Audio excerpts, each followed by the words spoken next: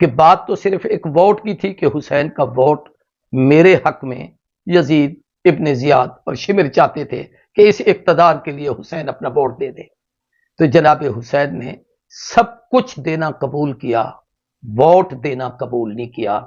آج فکر حسین یہ ہے کہ ایک طرف ظلم ہو، جبر ہو، تشدد ہو، بے حیائی ہو، بے دینی ہو، ایک طرف علم ہو، علماء ہوں، صالحین ہوں، اہل اللہ ہوں۔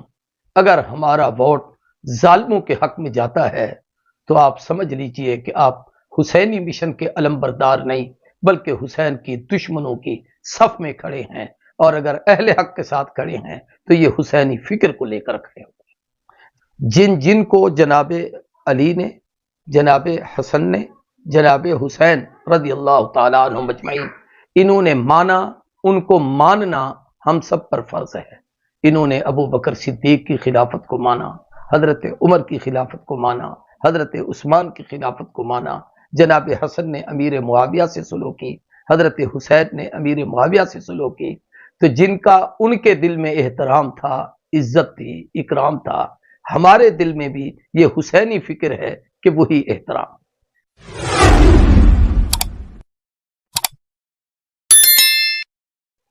ایک ہے ذکر حسین اور ایک ہے فکر حسین۔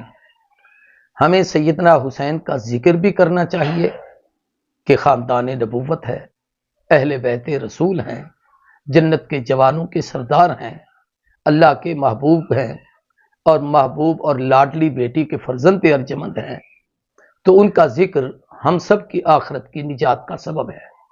علماء نے لکھا ہے کہ جناب سیدنا حسین اور جناب سیدنا حسن، یہ دونوں بزرگوں کا یہ نام حسن اور حسین حضرت آدم سے لے کر ان تک پہلی امتوں اور نبیوں اور قوموں میں کسی کا نام نہیں تھا۔ یہ سب سے پہلے حضور نے اپنے ان دو شہزادوں کا نام رکھا، یہ ان کے نام کی ایک خصوصیت ہے۔ حسن بڑے کا نام ہے، حسین چھوٹے کا نام ہے رضی اللہ تعالی عنہما۔ دوسری خصوصیت ان دونوں شہزادوں کی یہ ہے کہ کلاہما شبیہ رسول اللہ، یہ دونوں نبی کریم صلی اللہ علیہ وسلم کے شبیہ ہم شکل ہیں۔ حسن کا چہرہ، حسین کا وجود اللہ کے محبوب سے ملتا تھا۔ صحابہ کو جب حضور کی یاد ستاتی، ان دونوں شہزادوں کو کھڑا کرتے تو حسن و حسین کو دیکھ کر رسول اللہ کی یاد تازہ ہو جاتی تھی۔ تیسری خصوصیت جو ان دونوں شہزادوں کی ہے وہ یہ ہے کہ دونوں کے کان میں اللہ کے محبوب نے آذان اور اقامت کے جملے ارشاد فرمائے ولادت پہ۔ جو ایک اور خصوصیت ان دونوں کی یہ ہے کہ دونوں شہزادوں کو تحنیک گھٹی اللہ کے نبی نے خود دی، اور کمال درجے کی محبت تھی، سینے پہ لٹاتے تھے، کندھوں پہ بٹھاتے تھے، زبان ان کی اپنے منہ میں لے کر چوستے تھے، آقا اپنی زبان ان کو چسواتے تھے۔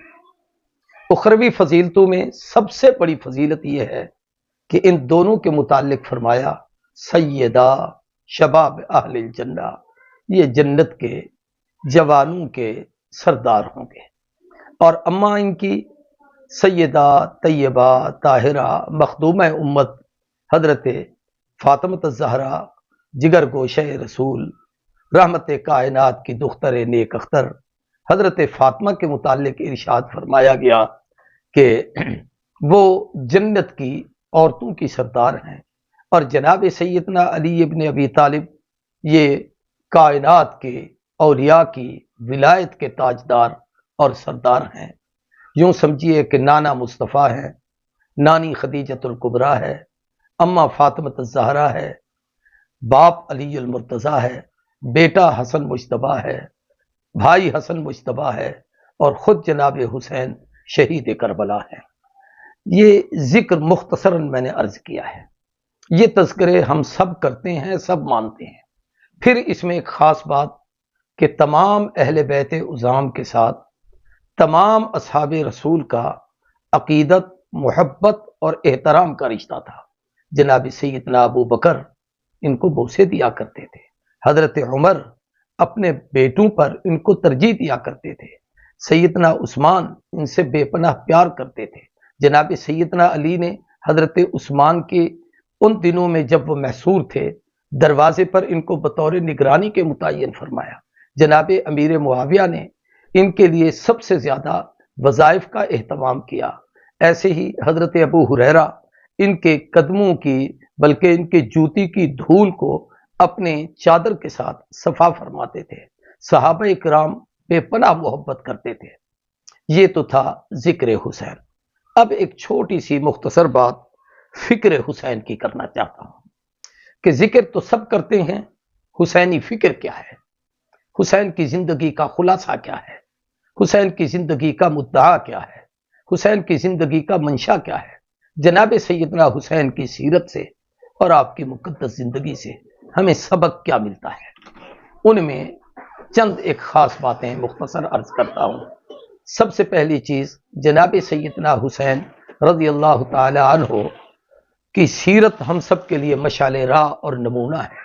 جن جن کو جناب علی نے، جناب حسن نے، جناب حسین رضی اللہ تعالی عنہ مجمعین انہوں نے مانا، ان کو ماننا ہم سب پر فرض ہے۔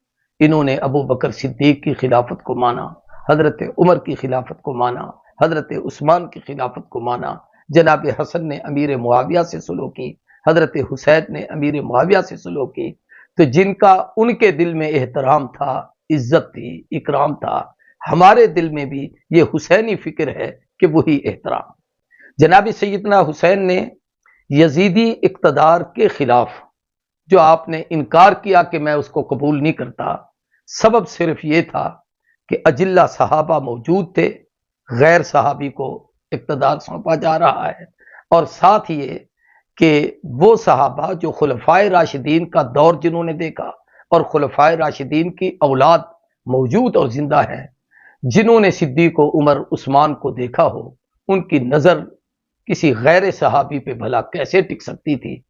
تو گویا یوں سمجھ لیجئے کہ خلافت راشدہ کے استحکام کی خاطر، اس کی بقا کی خاطر سیدنا حسین نے یہ جنگ لڑی ہے، اور آپ نے اس مارکے میں اپنا سب کچھ قربان کیا ہے۔ یہاں میں نے لفظ جنگ استعمال کیا ہے تو یہ بھی عرض کر دوں کہ کوفیوں نے خطوط لکھ کے بلوایا، جناب سیدنا حسین پہنچے، اپنے اہل و عیال اہل خانہ کے ساتھ گئے، لیکن آگے انہوں نے بد عہدی کی، بے وفائی کی، زیادتی کی۔ اس حوالے سے وہ مجرم ہیں۔ اب یہ جنگ ظالم اور مظلوم کی تھی، حق اور باطل کی تھی۔ یقیناً حضرت حسین کے ساتھ حق تھا، حسین کے مخالف کے ساتھ نہیں۔ حضرت حسین کے ساتھ یوں سمجھ لیجئے کہ یہ مظلومیت کے عالم میں تھے، دشمن ظلم کی کیفیت میں تھا۔ پھر سیدنا حسین نے اس موقع پر جو ہمیں فکر دی ہے، کبھی ہم اس پر غور کریں کہ بات تو صرف ایک ووٹ کی تھی کہ حسین کا ووٹ میرے حق میں یزید ابن زیاد اور شمر چاہتے تھے کہ اس اقتدار کے لیے حسین اپنا ووٹ دے دے، تو جناب حسین نے سب کچھ دینا قبول کیا، ووٹ دینا قبول نہیں کیا۔ آج فکر حسین یہ ہے کہ ایک طرف ظلم ہو، جبر ہو، تشدد ہو، بے حیائی ہو، بے دینی ہو، ایک طرف علم ہو، علماء ہوں، صالحین ہوں، اہل اللہ ہوں۔ اگر ہمارا ووٹ ظالموں کے حق میں جاتا ہے تو آپ سمجھ لیجئے کہ آپ حسینی مشن کے علمبردار نہیں بلکہ حسین کی دشمنوں کی صف میں کھڑے ہیں، اور اگر اہل حق کے ساتھ کھڑے ہیں تو یہ حسینی فکر کو لے کر کھڑے ہوئے۔ جناب سیدنا حسین کی سیرت کا ایک عمل اس عاشورہ اور اس سفر میں ایک کردار ہے، وہ یہ ہے کہ ان کی تلاوت کبھی ضائع نہیں ہوئی۔ اب جو قرآن پڑھتا ہے وہ فکر حسین کو سمجھتا ہے۔ ان لوگوں کے نوافل نہیں کبھی ضائع ہوئے۔ اب جو نماز کا اہتمام کرتا ہے وہ فکر حسین پر ہے۔ جناب حسین کے چہرے اطہر پہ رسول اللہ کی سنت، سر پہ دستار اور فضیلت، تو گویا مسنون لباس اور مسنون چہرہ یہ حسینی فکر ہے، اور اگر خدا نہ خواستہ یہ چہرہ نہیں تو پھر ہم حسینی فکر کے حامل نہیں، ہم یوں سمجھ لیجئے حسین کے مخالفوں اور دشمنوں کی صف میں کھڑے ہیں۔ جناب سیدنا حسین کا صبر اس کی علامت ہے کہ اگر ایسا حق و باطل کا معرکہ ہو، مصائب لاکھ آئیں، عذائب کم نہیں ہوتے، اپنے آپ کو پیش تو کر دے لیکن راہ حق سے آدمی پیچھے نہ ہٹے، یہ حسینی فکر ہے جو جناب حسین کی سیرت سے ہمیں ملتی ہے۔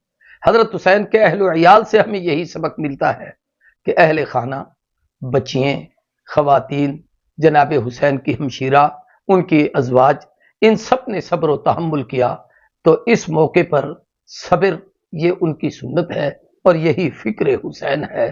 تو قیامت تک جب تک اسلام کا کوئی بھی علم بردار زندہ رہے گا، اسلام کے نظام کو قائم کرنے کے لیے جو آدمی بھی کوشش کرتا رہے گا، اسباب کی دنیا میں کامیاب ہو یا ناکام ہو، وہ حسینیت کا علم بردار ہے۔ اور جو بد عہد لوگوں کے ساتھ، بے دین لوگوں کے ساتھ، ظالم، جابر اور اس قسم کے وہ لوگ جو عوام پر ظلم و ستم ڈھاتے ہیں، ان کے ساتھ کھڑا ہوگا تو وہ سمجھ لیجئے کہ وہ حسینی نہیں بلکہ دشمنان حسین کی صف میں ہے۔ اللہ ہم سب کو اسوہ حسینی اپنانے کی توفیق عطا فرمائے۔ یہ دو چھوٹی سی باتیں کی کہ ذکر حسین بھی ہمارا ایمان ہے اور فکر حسین ہماری زندگی کا اثاثہ ہے۔ اللہ ان شہداء کی قبروں پہ کروڑوں رحمتیں نازل کرے اور کل کا دن بھی پوری امت مسلمہ کے لیے امن، سلامتی کا اور ہمارے اس وطن عزیز کے استحکام کا گزروائے۔ استغفر اللہ لی ولکم ولسائر المسلمین والحمد للہ رب العالمین۔